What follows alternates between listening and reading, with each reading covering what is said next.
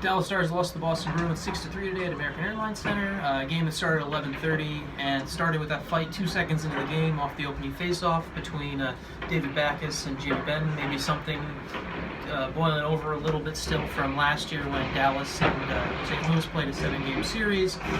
It was a game where the Bruins were the team that looked like they woke up, and the Stars did not. The Bruins were up 2-0 in the first period, scored 2 goals twice in a span of 50 seconds midway through the period. Then in the second period, when Dallas did score to tie the game, Boston responded a couple minutes later, and then scored again 40 seconds later.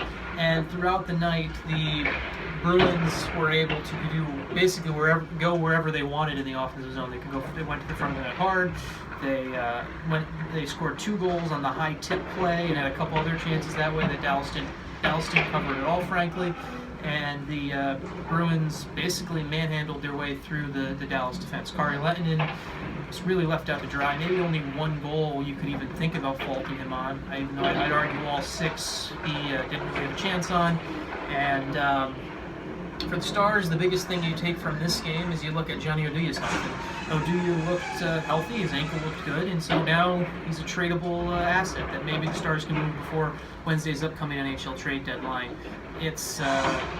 We asked Oduya about it after the game, and he said obviously he knows it's something that's out there. He knows it's something that he's going to ignore, and he gave the professional answer. But just like the fans, Johnny Oduya knows that he possibly could be moved before the March 1st trade deadline. Same thing with Patrick Sharp, obviously, and I'll